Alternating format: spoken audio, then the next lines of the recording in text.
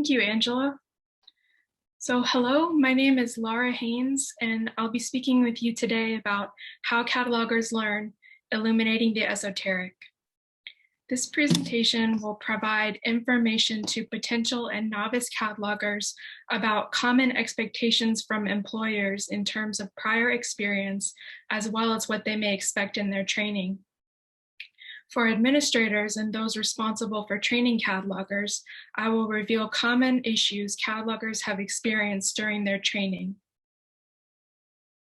My curiosity related to this project came from discussions with colleagues who experienced and observed several different types of cataloging training throughout the years. Colleagues who had 30+ years of cataloging experience taught me about their training and the training they had seen at Binghamton University over the years. I became curious to find out what the larger cataloging community had to say on these matters. So my method was, I developed a survey consisting of 13 questions. I posted on several listservs, including Moog, AutoCAT, and ALA Connect. The questions collected data from professionals who devote at least 50% of their time to cataloging. At the beginning of this survey, I defined the terms cataloging and original cataloging as meaning the creation of original bibliographic records in MARC 21 format. I received 349 responses at varying degrees of completion. So first, I'm going to take you through the questions one by one to give you a general portrait of the respondents taking this quiz. The first question was, are you employed full-time as a cataloging or cataloging and metadata librarian or professional responsible for original cataloging? Most responded yes. The second question was, what is your job title? As demonstrated by the word cloud, the most popular job titles were Technical Services Librarian at 20 counts and Cataloging Librarian at 27 counts. I'll expand further on this question later in the presentation to get an idea of the training heads and managers of departments had. The third question was, do you have a master's in library science? Most responded yes at 250 counts. The fourth question was, what type of environment do you work in? Respondents represented a variety of environments, though the majority of respondents were from academic libraries at 167 in academic libraries. The next highest number was from public librarians at 55 respondents. A handful indicated they work in a museum library and another in a corporate library. 48 indicated other. And out of this 48, there were a variety of responses, including from state libraries, special libraries, federal or government libraries, consortiums, and vendors. Other responses included medical, law, and school libraries. You can see the rest of the responses via this word cloud. The fifth question was, how long have you been involved in the field of cataloging? Respondents represented a variety of career stages, but the majority have been in the field for 10 years or less at 114 responses. Number 6 was, what type of practical experience did you have when beginning your first cataloging position? Select all that apply. As you can see from this graph, many respondents had prior experience before beginning their first cataloging position. The options were cataloging and/or metadata internship or graduate assistantship, technical services experience as a paraprofessional, copy cataloging experience, adjusted cataloging experience, graduate coursework in cataloging and metadata, and no experience. We'll come back to this one as well to expand on the data. Question 7 was, what kinds of professional development have you sought to improve your skill set? Select all that apply. As you can see, the vast majority of respondents sought a combination of professional development opportunities. Options included webinars or webinar series, Library of Congress, Lyrasis, Library Juice Academy, or Amigos Library Services courses, conference programs and workshops, library listservs, mentoring programs, and some replied other, please specify. The responses for other included 16 votes for personal study, including reading books, journals, blogs, and Yale cataloging resources. 2 cited their NACO training. 2 cited Rare Book School. 5 cited other courses such as ALA, ALEX, and Midwest Collaborative for Library Services. 8 cited job shadowing. 3 referred to a casual or unofficial mentorship, and 2 cited their MLIS. Other answers varied. Question 8 was, in your first cataloging position, how did you begin your local training in cataloging and classification? Select all that apply. As you can see, there was a great variety of training methods and many selected multiple training methods. Options were an immersive day-long training course, an immersive training course over the course of days, an immersive training course over the course of weeks, daily supervision to correct their mistakes, and starting with copy cataloging, progressing to adjusted cataloging, then original. Some were already expected to have enough training, and some were self-taught. For those that replied other, please specify. There were a variety of responses, including some who were told to read manuals, or that their MLIS program had already trained them, some who did job shadowing, and some who were mentored by their supervisor. My favorite response is, I sat next to the current paraprofessional cataloger with a legal pad. It was baptism by fire. Question 9 was, in the first few months of your cataloging position, how often did or do you work one-on-one with your teacher or supervisor? Select all that apply. The most popular answers were 135 votes for on an as-needed basis, and 120 who reported they worked with their supervisor daily to ask questions. The less popular answers were 46 who replied they worked with their supervisor daily for several hours, 24 said they worked with their supervisor on a weekly basis, 36 didn't have a teacher or supervisor, 25 replied other, and these responses varied. A few example responses were 3 that wrote they were minimally trained for a few hours or on specific local policies. 5 wrote that their supervisor was not a cataloger and therefore they had to train themselves. 3 wrote about correspondence with other catalogers, either within their institution or elsewhere. 2 responses reported weekly team meetings or review by a team. 2 responses indicated their paraprofessional or volunteer training was considered sufficient. Other responses varied. Question 10 was, how was your training progress monitored? Select all that apply. 181 reported that their training progress was monitored by spot checks. 96 reported their training progress was monitored via one-on-one training sessions. 72 replied other, and out of this 72, 32 replied their work was not checked. 7 replied that they didn't know if their work was checked or not. 28 replied that their work was completely checked for a certain amount of time. The remaining 5 responses were as follows. 1, I worked next to my assigned supervising cataloger and asked her any questions I had. 2, the results of work were noted by circulation and reference staff. 3, progress was corrected only when work was incorrect and became problematic for users.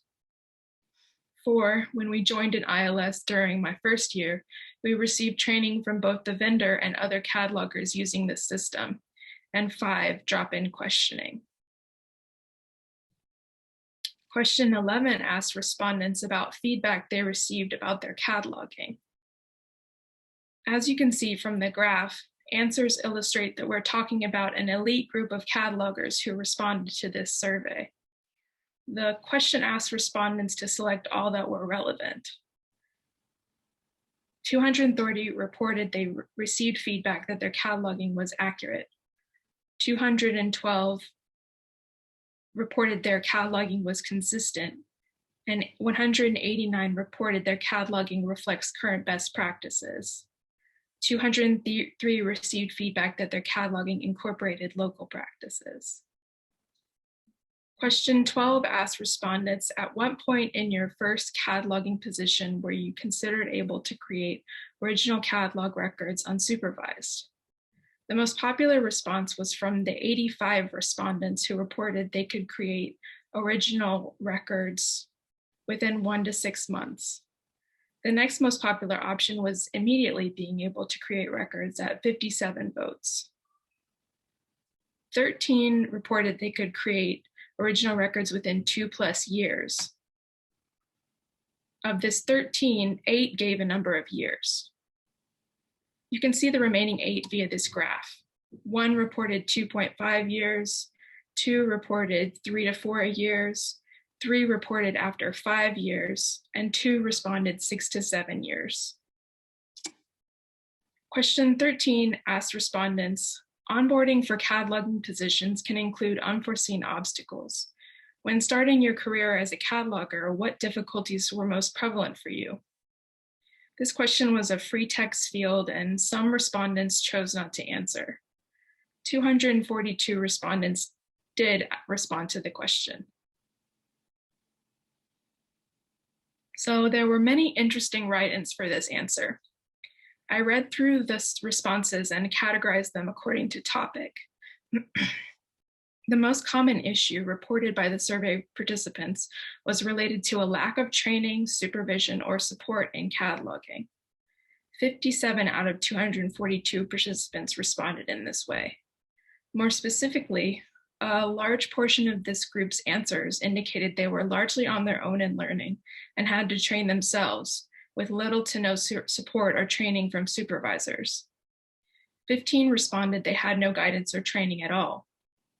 Many wrote that they simply had no supervisor or trainer, or that their supervisor was too busy to answer their questions. Some indicated that it was a lack of institutional support from directors or other administrators. A few respondents out of this 57 indicated that they had to reach out to colleagues at other institutions in order to learn proper procedure. A few respondents wrote that their supervisor was not a cataloger or metadata professional, so that was a reason they were on their own in learning. 2 respondents that reported a lack of training were also included in the section about those who felt their library program did not prepare them adequately for their cataloging position. 1 wrote in, maybe just having a consistent mentor to learn from, since a cataloger can't learn everything in library school. And another, the significant difference between academic coursework and day-to-day cataloging, combined with an unintended lack of mentorship or formal onboarding. 38 out of 242 respondents indicated that learning standards such as AACR2, RDA, MARC, and ISBD was the most difficult aspect of their onboarding. 29 out of 242 respondents indicated that learning local practices was the most difficult aspect of their onboarding. Some responded that local practices at their library contradicted national norms, or that local practices were inconsistent or inefficient. 14 out of 242 respondents cited that they were overwhelmed by information or cataloging documentation and tools, or that they had trouble navigating cataloging tools. Many expressed that the sheer amount of cataloging tools and documentation created a problem during the process of onboarding. Some key answers were, the hardest part was trying to sort through the vast array of documentation on standards and best practices, and the plethora of cataloging documentation and tools, none of which were online at the time.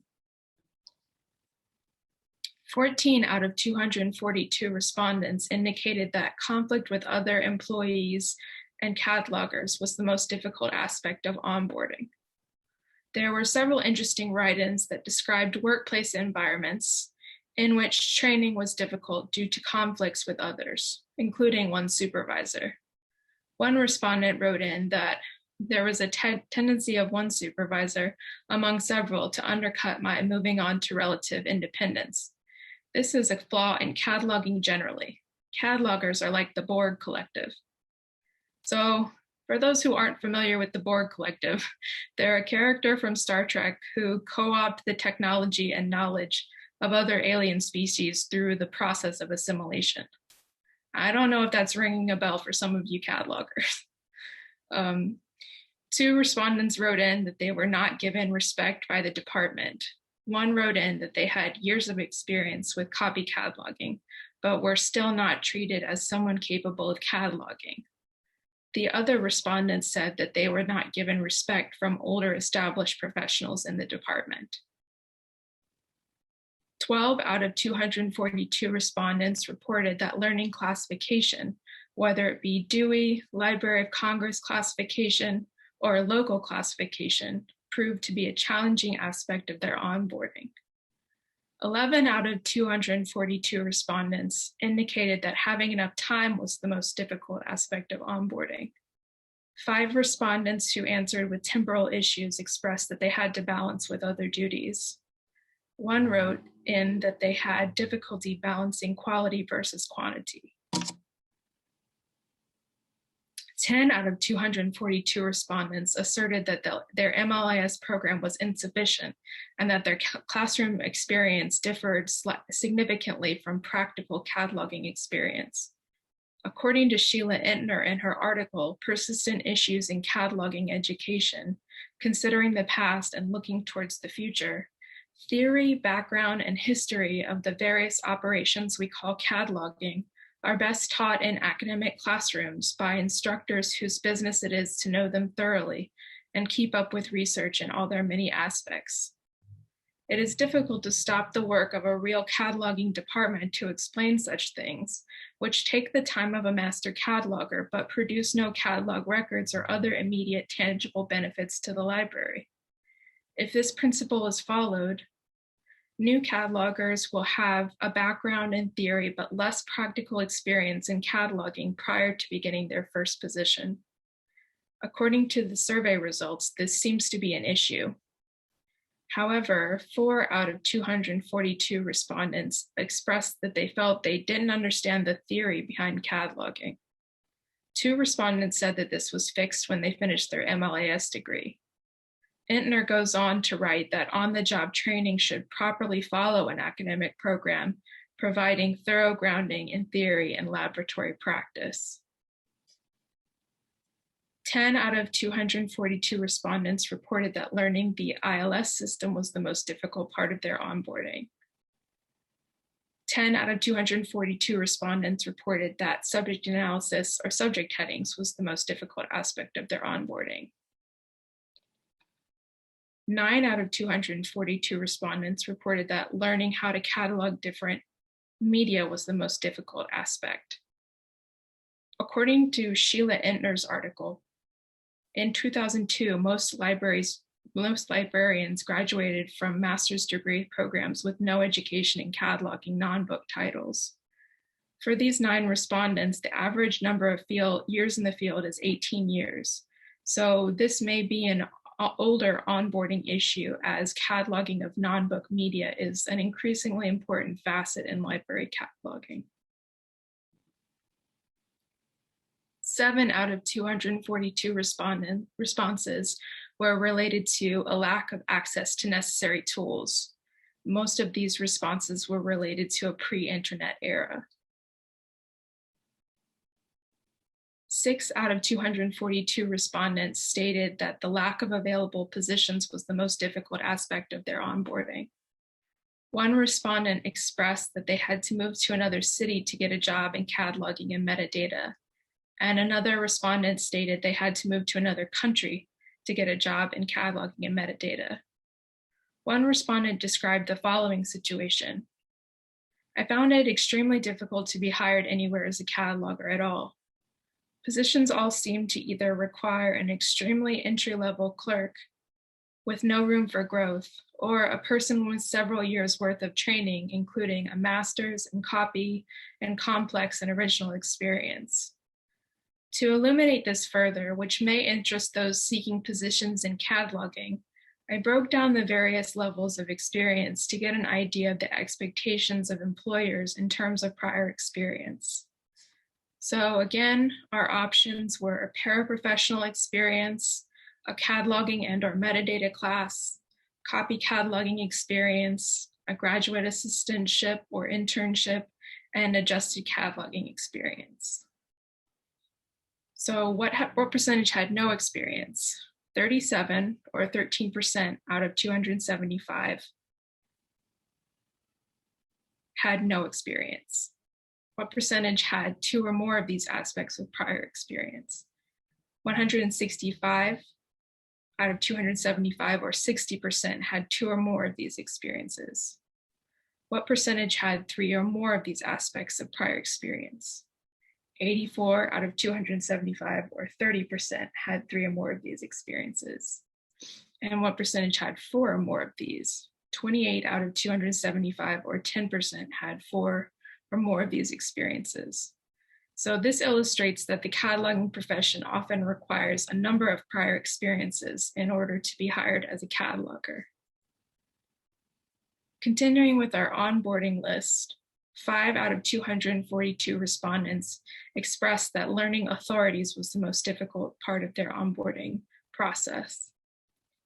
4 out of 242 respondents said that learning the vocabulary of cataloging presented the most significant problem.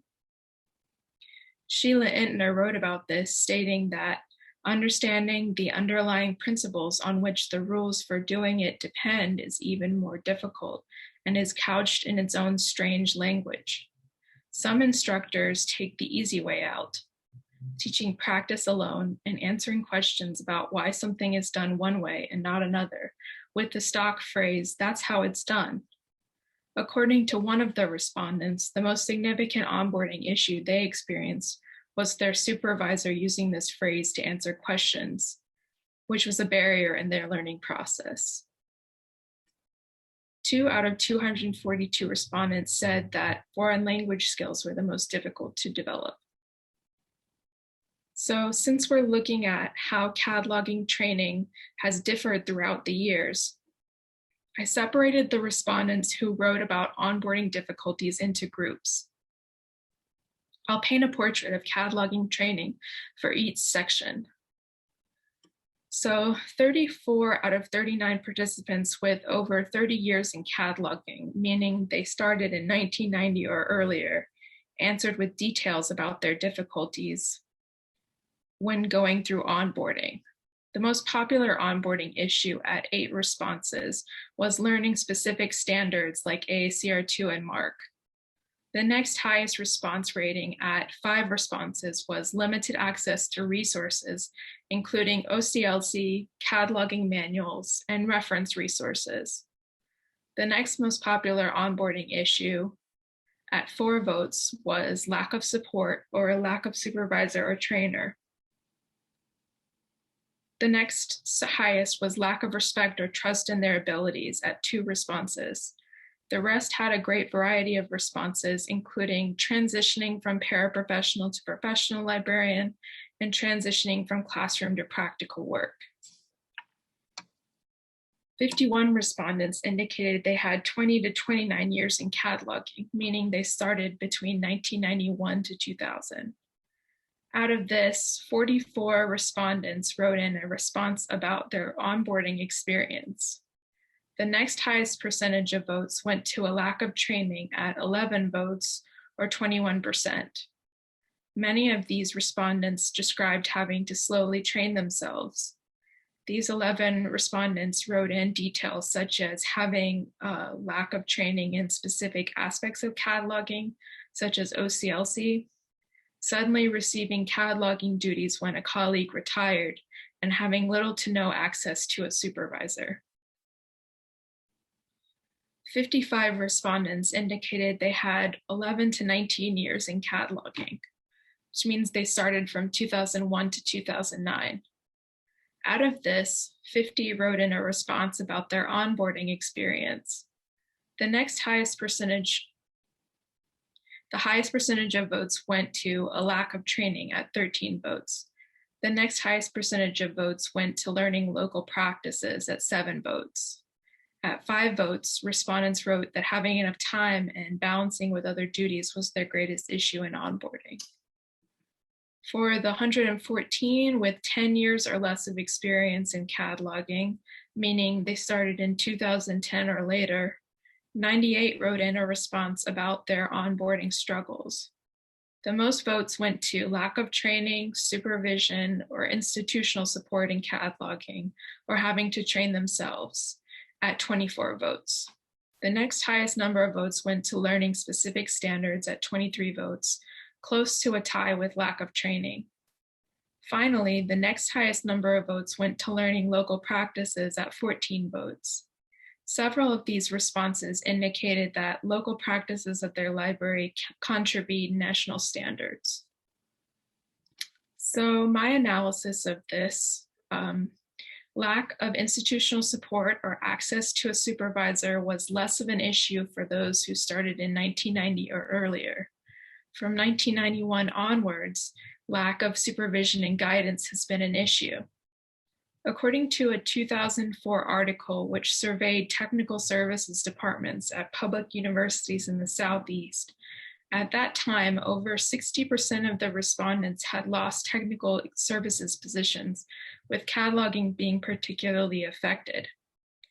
In a more recent article from 2012, Inside Higher Ed describes library budgets shrinking relative to university spending.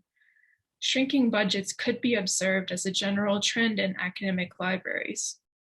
The more recent article posits that shrinking budgets could be a sign of greater efficiency in libraries, but at what cost?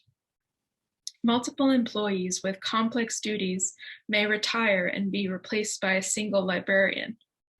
I have observed this firsthand in my work, and it was also reported by survey participants. At least 2 respondents described how a cataloger retired and the cataloging duties were absorbed by themselves, directors, or other employees. Books such as the Sudden Position Guide series are geared towards people who suddenly have acquired additional duties in technical services. The editor for this collection is quoted as saying, "As our profession evolves, many of us have experienced being asked to take on additional responsibilities." What needs to be borne in mind as practitioners, educators, administrators, and others consider the cataloging curriculum is this: so long as library directors and committees comprised of non-cataloging department staff make the managerial decisions about catalogs and cataloging systems, they too, not just the catalogers, need to understand the implications of their decisions concerning the catalog. They need to be sufficiently sensitive to the issues to know that the catalog is the primary reference tool used by both librarians and the public, and therefore that spending money and time on cataloging education and ongoing cataloging operations is in effect an investment in quality public service. Sheila Entner wrote this in 2004.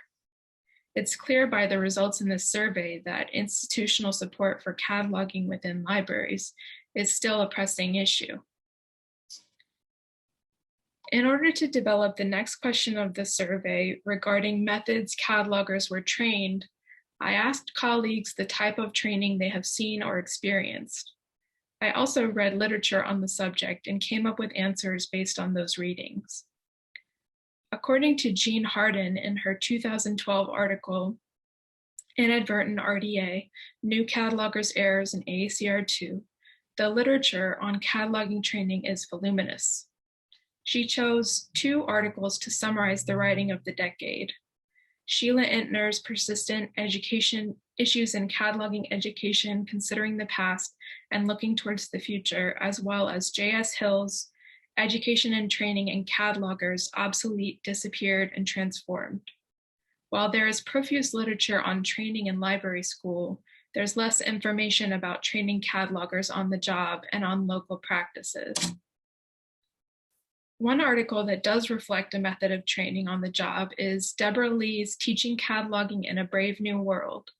According to Deborah Lee, the way new catalogers are trained at the Courtauld Institute of Art involves 6 to 8 half-day training sessions. Then the catalogers are expected to catalog using their notes, as well as independent forays into the RDA toolkit and MARC documentation.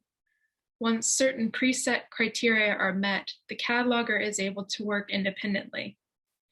Later, the cataloger takes additional training in cataloging topics, subject analysis, and classification. This process consisted of a similar format when training catalogers in AACR2. So how does training differ in the different cataloging quote-unquote age groups? I've separated out into different categories of training. The first training method we interviewed about is an immersive day-long training course. For this question, the common factor across the different number of years in the field was a low percentage of votes for this training method. The numbers were all 8% or less of the survey respondents. It seems that this method of training is less popular than other forms of training, which we will expand upon in the next few slides. The next method of training was an immersive training course over the course of a few days. This training method was the most popular in the training years for those with 20 to 29 years of experience, meaning they started in 1991 to 2000. The next method of training was an immersive training course over the course of weeks. This was another training method which began with a low percentage of votes. However, it steadily increased over the years to become a more popular form of training. For these four age groups, the range was between 5 and 13%. The next method of training was daily supervision and correction of mistakes. This was a steady form of training in terms of percentages. However, it peaked for those with 11 to 19 years of experience, or those who started between 2001 to 2009. For the most part, the percentages hovered around 60 to 70%. This seems to be a standard form of training as the percentages are higher than other forms of training. The next method of training was starting with copy cataloging, progressing to adjusted cataloging, then original cataloging. While the percentages started low for those with 30 plus years of experience, the rest of the quote age groups stayed around 56 to 57%. This demonstrates that this method of training has stayed relatively the same in terms of percentages over the years, and that it is a popular method. It could be for those with 30 plus years of experience who started in 1990 or earlier, that the difference in available technology influenced the method of their training. The next method of training was being self-taught. Being self-taught seems to have risen in recent years, which could be attributed to budget cuts and lack of available trainers, or to the availability of resources for self-training. The next question about method of training asked whether or not catalogers were already expected to have enough training and therefore didn't need any further education on the job. This data has fluctuated, then risen slightly. We'll discuss the analysis of this data in the next slide. So, are catalogers frequently expected to already have enough training after only having coursework in cataloging? According to Janet Swan-Hill, unless more credits are required to graduate, or unless students can acquire some of the more basic coursework at the undergraduate level through a recognized major or minor concentration, in at least half of the colleges and universities across the country, education for cataloging in the graduate LIS programs is likely to become even more general, leaving entry-level catalogers increasingly lost at sea and requiring more training on the job. Are institutions following this principle, or are they saying that a graduate course is sufficient to begin cataloging without any or little training? 186 survey respondents reported that they had coursework in cataloging metadata prior to beginning their first cataloging position.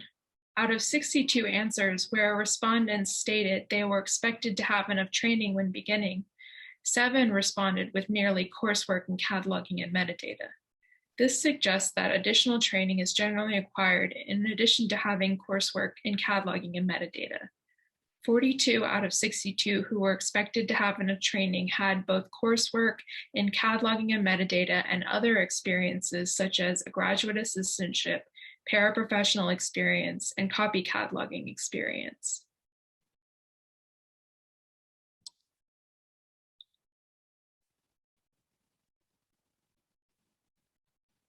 So are immersive training courses considered still necessary after both graduate coursework and professional experience? Out of the 62 who reported having an immersive training course, 23 had an internship or graduate assistantship. 18 had technical services experience as a paraprofessional. 25 had experience with copy cataloging. 1 had experience with adjusted cataloging. 37 had graduate coursework in cataloging and metadata, and 12 had no experience prior to their appointment as a cataloger. The majority of respondents who replied to this question had at least one of these prior experiences. This means that immersive training courses were generally still conducted for catalogers, despite them having some sort of prior experience in cataloging. To clarify the question about how the catalogers were trained, I asked the question, how often did you work with your supervisor? One colleague suggested that training they've seen in the past involved working with the supervisor daily for several hours. Of the 47 who answered that they worked with their supervisor daily for several hours, the average amount of time these respondents had in the field is 15 years. This demonstrates that working with a supervisor daily for several hours could be read as an older method of training and could also be tied to a reduction in staff due to budget cuts. Does reduction of cataloging courses mean that less catalogers have had coursework in cataloging and metadata? A trend observed by multiple authors, including Janet Swan-Hill in her two-part article from 2004 entitled Education and Training of Catalogers, Obsolete, Disappeared, and Transformed, is that of library schools reducing the amount of cataloging courses offered, as well as making cataloging an elective rather than a requirement. She observed that at the time of this publication, there was a 10% decrease in the offering of an advanced cataloging course compared to a similar study from 1997. Another article from 2016 observed this trend continuing. The trend of moving cataloging courses to an elective status is also observed in Sheila Intner's article, Persistent Issues in Cataloging Education. I wanted to test out the data to see if having had cataloging courses prior to beginning training was an older phenomenon given this trend of reduction. So for the 38 respondents with over 30 years of experience, 29 had a cataloging course before beginning their first cataloging position, or 76%. For the 58 respondents with 20 to 29 years of experience, 34 had a cataloging course before beginning their first cataloging position, or 58%. For the 57 respondents with 11 to 19 years of experience, 39 had a cataloging course before beginning their first cataloging position, or 68%. And for the 114 respondents with under 10 years of experience, 10 years or under of experience, 84 had a cataloging course before beginning their first cataloging position, or 73%. So this illustrates that though there was a minor fluctuation, having had graduate coursework in cataloging and metadata as a prerequisite for cataloging positions has largely stayed the same, hovering around 60 to 70%. So how were catalogers who have head, manager, or director in their position titles trained? What are the data points that differ between heads, managers, or directors versus the rest of the respondents? 50 respondents had head, manager, director, or supervisor in their position title, or 18%. Some data points to consider include an average amount of time spent in the field. Heads, managers, directors, and supervisors had an average of 18 years spent in the field. In terms of training, you can see the numbers for each training method via this graph. As you can see, the numbers stay pretty consistent. This closeness in numbers reflect that there's little difference between how heads of departments, supervisors, managers, and directors are trained versus other position titles. Are catalogers learning to catalog faster given several factors, including the availability of online resources? So one source described the amount of time spent learning cataloging to take approximately 2 years. This was in the time of card catalogs. Nowadays, we have extensive online resources and the field of cataloging has changed drastically.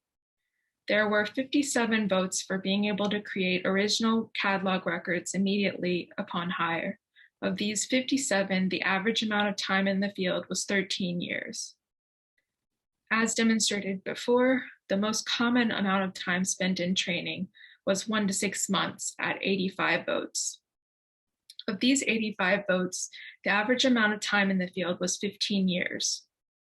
48 replied that they could create original records within 6 months to a year.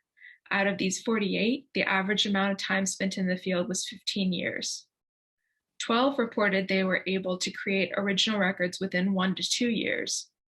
Of these 21, the average amount of time in the field was 19 years. This increase in number of years in the field could show that catalogers spent more time learning cataloging in the past. 13 reported that they could create original records within 2+ years. Contrary to other data, the respondent who replied with 2 years of learning has only spent 3 to 4 years in the field. The 2 who reported 3 to 4 years spent an average of 19 years in the field. For the 3 who reported they could catalog after 5 years, the average amount of time spent in the field was 22 years. For the 2 who responded 6 to 7 years, the average was 21 years in the field. So the general trend in this data was that the more time you spent learning cataloging, the more time the individual has worked in the field. So some themes across the board reflect that many catalogers cite a lack of supervision or training over the years, which has remained consistent. I concluded from this that this can be attributed to a general reduction in staff due to budget cuts. Budget cuts in technical services result in cataloging duties being balanced with other duties, as well as a reduction in the amount of cataloging training that occurs. Catalogers are increasingly self-taught. Cataloging positions require a great deal of prior experience. Cataloging courses are generally taken prior to a cataloging position, which has remained consistent despite reduction in cataloging courses. Catalogers generally still need on-the-job training even after prior graduate coursework. Catalogers generally find learning standards to be a great obstacle and may be overwhelmed with the sheer amount of information available. A well-prepared cataloging librarian needs a tripartite education.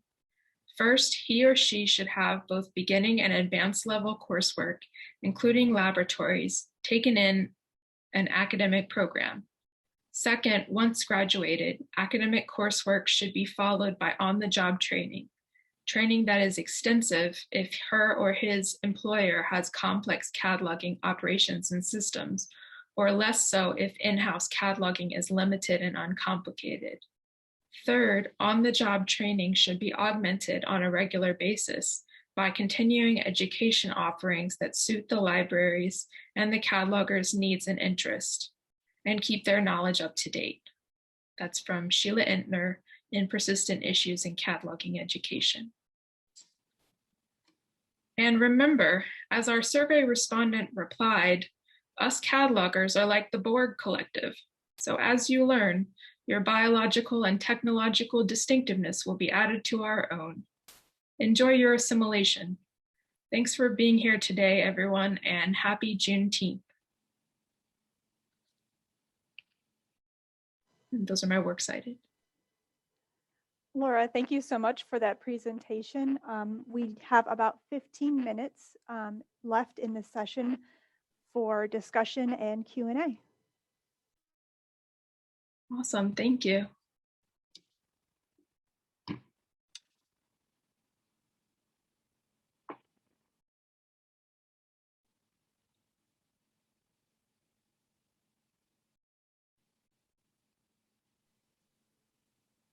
I'll just put a voice to some of the conversation in chat. A lot of people are talking about the level of or existence of cataloging courses that were available to catalogers or to those of us in the room during their MLISs. And it varies. So there's some discussion. We have a current UB student that is sort of seeking some cataloging. And then we have some other voices talking about what's available. Oh, awesome. I'm checking it out now.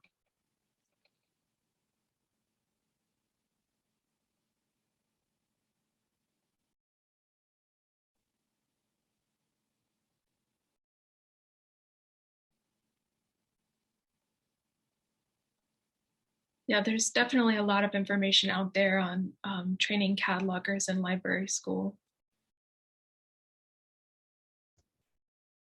I guess I feel fortunate because I'm an older cataloger and I sort of got the tripartite thing that Sheila Intner referred to, but I just don't see it ever happening again. That, you know, you can get that sort of coursework, hands-on supervision, you know, working closely with and building slowly over time. There's just too much going on now, too much batch cataloging and quality control that's way too different. I'd really like to hear from some of the newer catalogers. And I mean, it just must be overwhelming. I don't know how you do it. I feel overwhelmed, and I feel like I had a slow and steady foundation to build off. That's awesome that you had that. I guess I'm a new cataloger, and I felt like my my coursework it prepared me because we did a lot of cataloging practice. So it did prepare me, but I had an internship and a graduate assistantship in cataloging and metadata prior to my position here. So that really helped.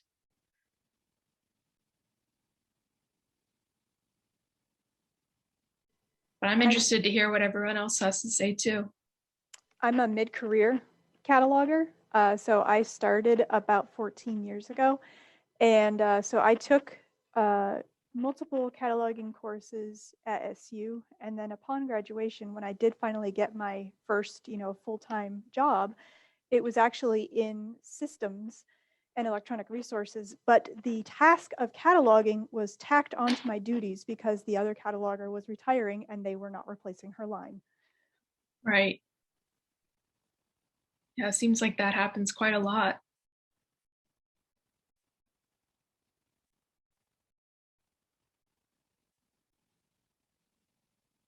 So do you still do cataloging, Angela? Yes, it's probably about 10% of what I get around to doing. Oh, okay. I also do systems and electronic resources. Awesome.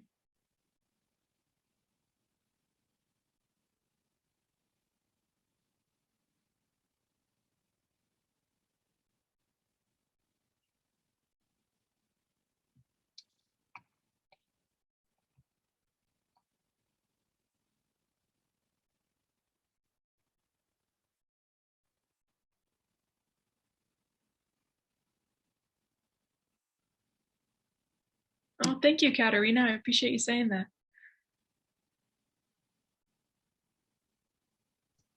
Are you also planning to publish this anywhere, just out of curiosity? I hope so. Yes, I am. I am hoping so. It's in the works. There's one thing I neglected to point out, that this data is from 2020. So you guys might have noticed a difference between like how long people have spent in the field. I don't know if anybody noticed that. So it's the data's from 2020, so that's why. Thank you, Raquel.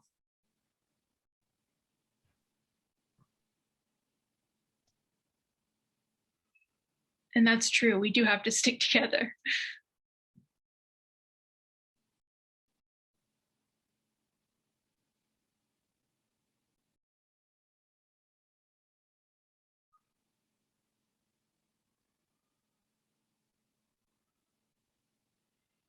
I would kind of be interested to hear if there are sort of managers or administrators that sort of oversee a suite of, let's say, copy catalogers and catalogers. If this is surprising to you, or if this is something where you're going to have to like rethink how you onboard. I'm just curious.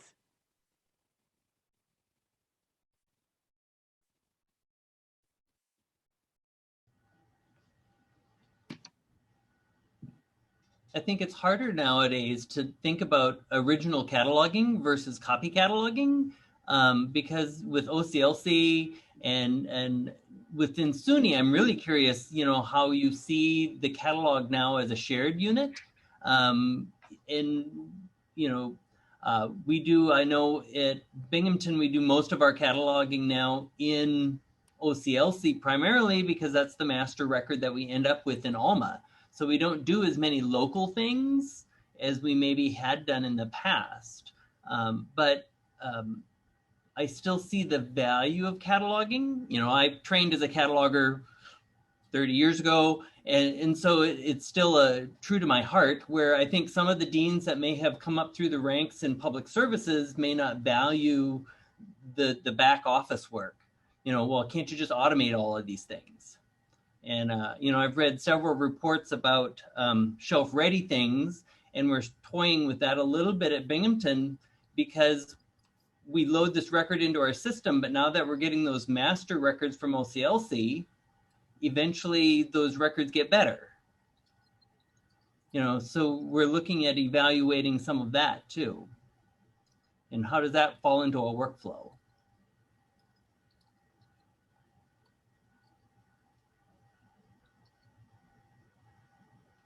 There's a whole nother research project.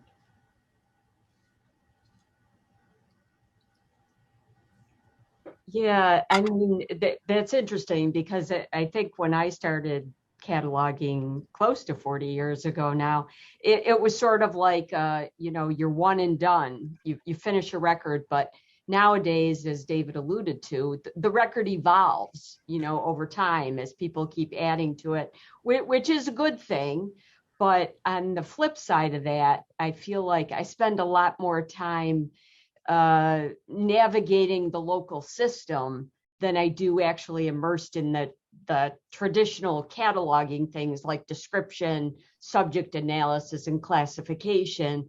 And to a degree, I kind of resent that because I love the cataloging, the immersion in, analyzing the work and bringing out the access points. But I just don't feel like I have time to spend on that nowadays because the systemness has sort of taken over the catalogingness of my work.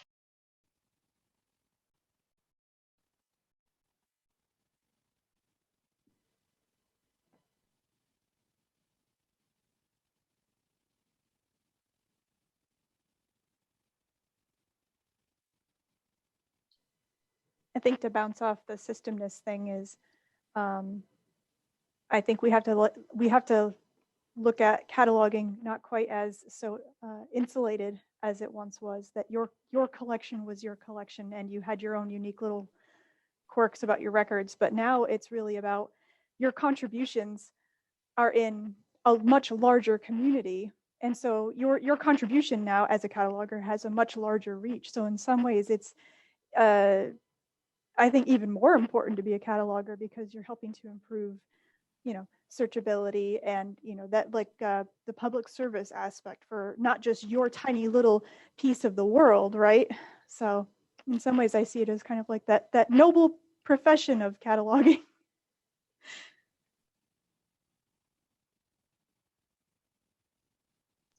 And we are at the 5-minute mark. So. Okay, I was just going to say, kind of building off what you said, Angela, I would hope, and so I guess I was kind of surprised to hear the survey was in 2020, that there was the local practices part, other than special collections, should, in my mind, be sort of falling away, as we share these more master records. And I'm thrilled with that because tweaking records one by one for special things is just not sustainable. And it's how we got our bad rep, for being costly and not, producing enough. So. Do you mean like for cataloging departments in general? Getting a bad rep? Yes, that, we were sort of, obsessively tweaking records rather than more getting a lot more out. Right, yeah.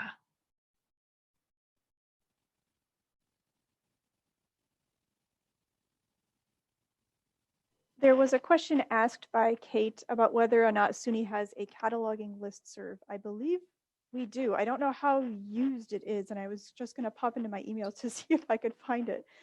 I don't know if it's still active. David, do you? I don't know for sure. I know there's a cataloging metadata group that Maggie is part of, and they meet on a regular basis, but I don't know about, a listserv. I know SLS has kind of moved away from the listserv concept into Workplace, which I'll reserve comment on that personally. But I don't know.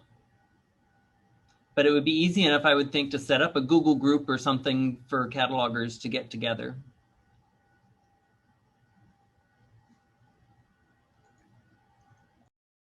Yeah, that's a good idea. And I've participated in a lot of cataloging mentor programs over the years. So yeah, something where another cataloger could reach out to another one, especially within SUNY, because we're all bound by the, kind of the same standards now, which is great.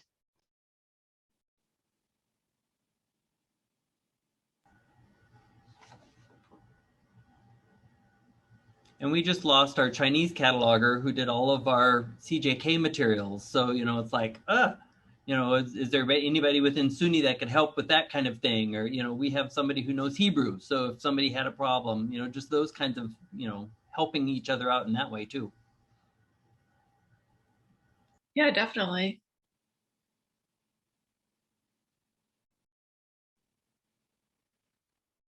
Thank you, Nancy. I appreciate that. Yeah, interesting work, Laura. Thanks for sharing. Thank you, David.